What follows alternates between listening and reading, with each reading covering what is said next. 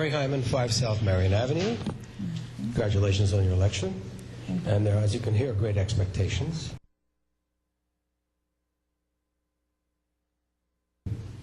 Around the redevelopment area, I walk my dog every morning.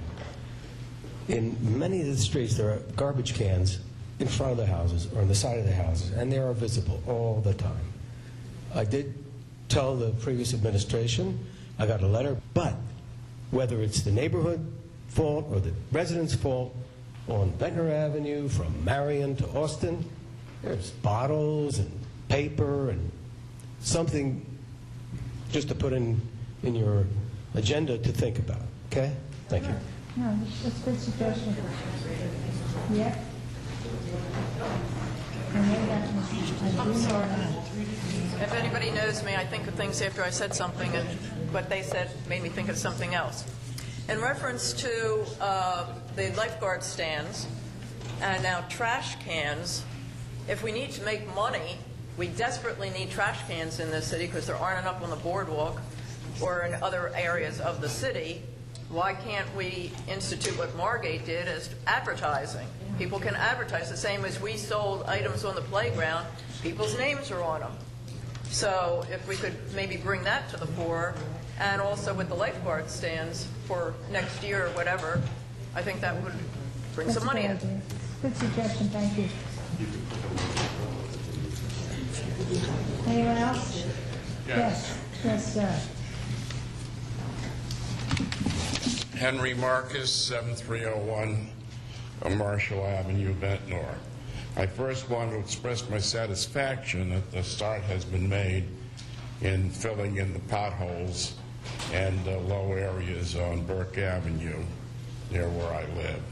And on the bicycle issue, as I mentioned a week ago at the workshop, I think pending consideration as to restrictions during which days, weekends versus weekdays, that and whether skateboards and rollerblades should be, dealt with also.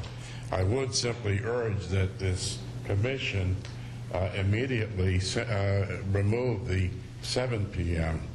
curfew on bicycling, period, and allow daylight hours subject to whatever restrictions from July 1st through Labor Day you may want to keep or modify. But at least as a start, simply eliminate the 7 p.m. Restriction and allow bicycling until dark throughout the year. Thank you. Thank you. Someone else? Yes, sir. Hi, Sandra Klinger, 1 South Oxford. I commend John Pyatt on the analysis of the budget and sharing it with us. I've never seen anything like this before since I've been here. Thank you. Very much. Thank you.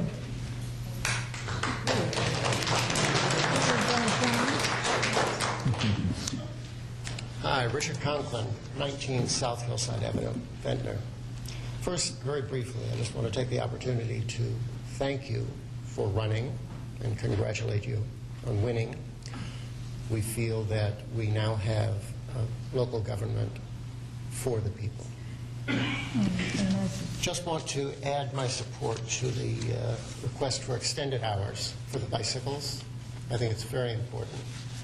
A few weeks ago, my friend Richard Gober brought up also the basketball courts and the very early closing hour.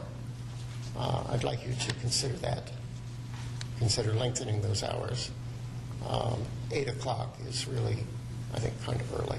We're not looking to play all night, but 9 or 10 o'clock I think is reasonable. The issue of street sweeping is a real sore spot, at least in our block. I don't know how many street sweeping machines we have in Ventnor. It's been my experience that for the past 4 or 5 years, the street sweepers are inoperable more often than they are operable. Do we need to buy new machines? Do we need to have more spare parts on hand? And is there a way for the city to let the public know when the street sweeping is not going to happen, because we're all running around moving cars back and forth, and no street sweepers show up.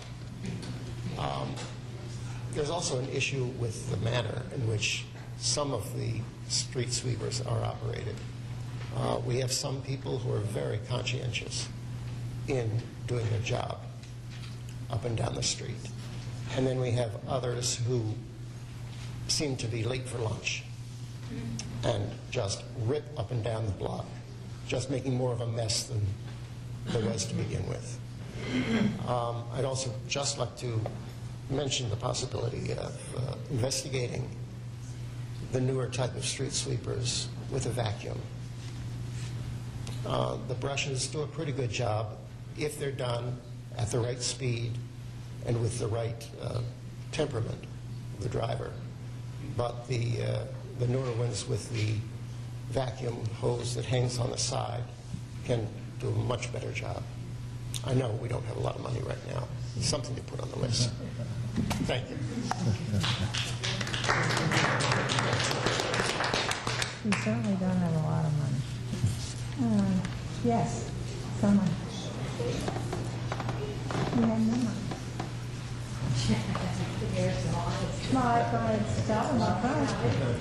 Is there time left? Of course, of Okay. course. I'd like to congratulate you on your win and also on passing the eminent domain ordinance. I really appreciate it, being a Ventnor resident for over 35 years. I have a question pertaining to the eating establishments in Ventnor, basically from Fredericksburg to Portland Avenue. I noticed there's many tables and chairs all over the sidewalk. I don't know how that is done, if they have to get a mercantile license or how they use a public sidewalk. And the reason I'm questioning this is because last week I happened to be on Ventnor around Newport Avenue, and there was a woman with a little stroller and a little youngster by her side. The tables and chairs were extended so far out with all the people sitting there eating their dinners that she had to actually walk off the curb into the street to get down the street. I think this is terrible. And I've had to do it myself. I mean, why do these people have use of a public sidewalk? Do they get a mercantile license for this? Or are they charged for the space that they're utilizing for their customers, which they're gaining the extra revenue on, and making it very inconvenient for people that are in wheelchairs, people that are on walkers, to get down the street? I've seen this several times, and I just would like to know how they get approved for this. Or does this come under code enforcement? Yes, it sure does, and it's Well, new. apparently it's not being enforced. Oh, I beg to differ. I do beg to differ. Well- And Drew's laughing because, and I think Jimmy Goss is having a laugh because I spend most of my day in this situation. Let me explain something that happened. We have an ordinance that tells the business people, the restaurant people, how and what they can do with those tables and chairs and where they can put them. However, the previous administration had a resolution which stated that they were not going to enforce that ordinance. Now, I can't explain why or all of that. Okay. I can just tell you that was the case.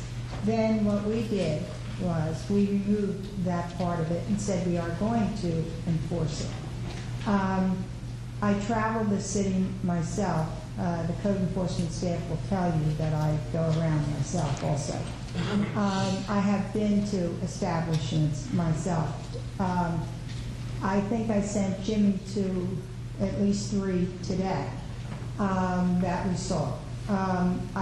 Please trust me when I tell you that 100% of code enforcement time, and I don't like it to be just with that, right now is with a couple of the establishments that we have.